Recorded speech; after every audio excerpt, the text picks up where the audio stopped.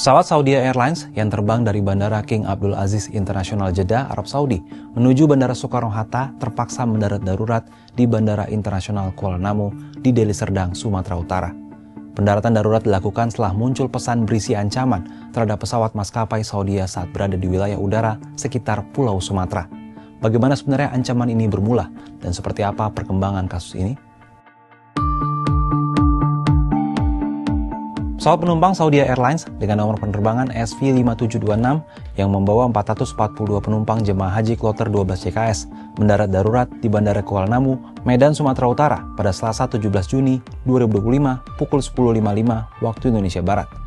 Pendaratan dilakukan setelah muncul pesan berisi ancaman terhadap pesawat maskapai Saudi saat berada di wilayah udara sekitar Sumatera. Ancaman itu dikirimkan oleh orang yang tidak dikenal melalui surel atau email pada pukul 7.30. Pihak Bandara Soekarno-Hatta semula langsung mengaktifkan ruang EOC atau Emergency Operation Center yang merupakan pusat komando dan pengendalian penanggulangan keadaan darurat di bandar udara. Mereka juga menghubungi anggota Komite Keamanan Bandara Soekarno-Hatta untuk berkumpul di ruang EOC. Selanjutnya, petugas mengambil langkah-langkah penanganan terhadap adanya ancaman bom di dalam pesawat udara.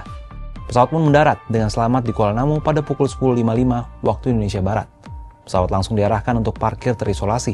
Selanjutnya, semua penumpang haji dievakuasi. Tim penjinak bom lantas menyisir ke dalam pesawat. Dalam konferensi pers, Selasa 17 Juni 2025 di Medan, Sumatera Utara, Kapolda Sumatera Utara, Irjen Wisnu Hermawan Februanto memastikan tidak ditemukan bom di dalam pesawat.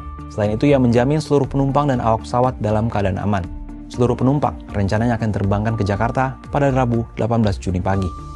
Hasil sementara dari hasil kegiatan pengecekan oleh Dipom dan dari Kodam dan dari Paskas, saat ini posisi pesawat dikatakan clear, baik dari kabin maupun dari barang-barang yang jatuh di pesawat. Dan kami masih lakukan pendalaman terhadap barang bawaan dari para jemaah haji yang keluar dari Jeddah. Kepolisian sendiri tengah menangani dan mencari pengirim email berisi ancaman bom tersebut. Kasus ancaman bom terhadap Saudi Airlines ini bukan yang pertama kali terjadi. Tercatat, peristiwa serupa juga pernah terjadi, meski beberapa hanya merupakan candaan. Lantas bagaimana sebenarnya aturan hukum terkait hal ini?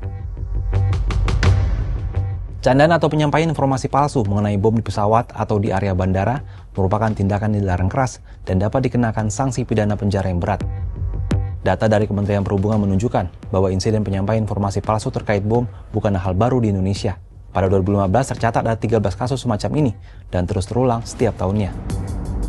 Pada Desember 2023, seorang penumpang Pelita Air dengan nomor penerbangan IP205 rute Surabaya-Jakarta bernama Surya Hadi Wijaya membuat candaan tentang bom di Bandara Internasional Juanda. Candaan ini menyebabkan pesawat batal lepas landas dan mengalami keterlambatan signifikan. Pihak polisian termasuk tim Densus segera menangani kasus tersebut dan memastikan tidak ada bom di pesawat. Undang-Undang Nomor 1 Tahun 2009 tentang penerbangan menjadi dasar hukum utama dalam mengatur aspek keamanan penerbangan di Indonesia. Pasal 344 huruf E Undang-Undang Penerbangan secara eksplisit melarang tindakan melawan hukum atau acts of unlawful interference yang membahayakan keselamatan penerbangan dan angkutan udara, termasuk menyampaikan informasi palsu yang membahayakan keselamatan penerbangan. Ketentuan ini menjadi dasar hukum utama untuk menindak pelaku candaan bom atau ancaman palsu. Pasal 437 menguraikan hukuman berjenjang, 1 tahun untuk informasi palsu, 8 tahun jika menyebabkan kecelakaan atau kerugian harta benda, dan 15 tahun jika menyebabkan kematian. Selain sanksi pidana, pelaku candaan bom juga dapat dikenakan sanksi tambahan berupa blacklist atau larangan terbang, yang akan sangat membatasi mobilitas mereka di masa mendatang.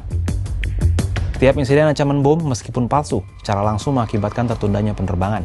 Penanganan insiden membutuhkan waktu yang lama dan biaya operasional yang mahal bagi maskapai dan otoritas bandara.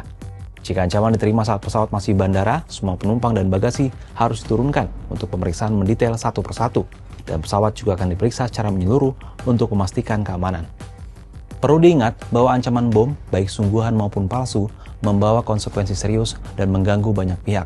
Oleh karena itu, mari bersama-sama menjaga keamanan penerbangan dengan tidak menyebarkan informasi palsu. Menurut Sobat Kompas, apa tanggapannya terkait ancaman bom terhadap penerbangan Saudi Airlines ini?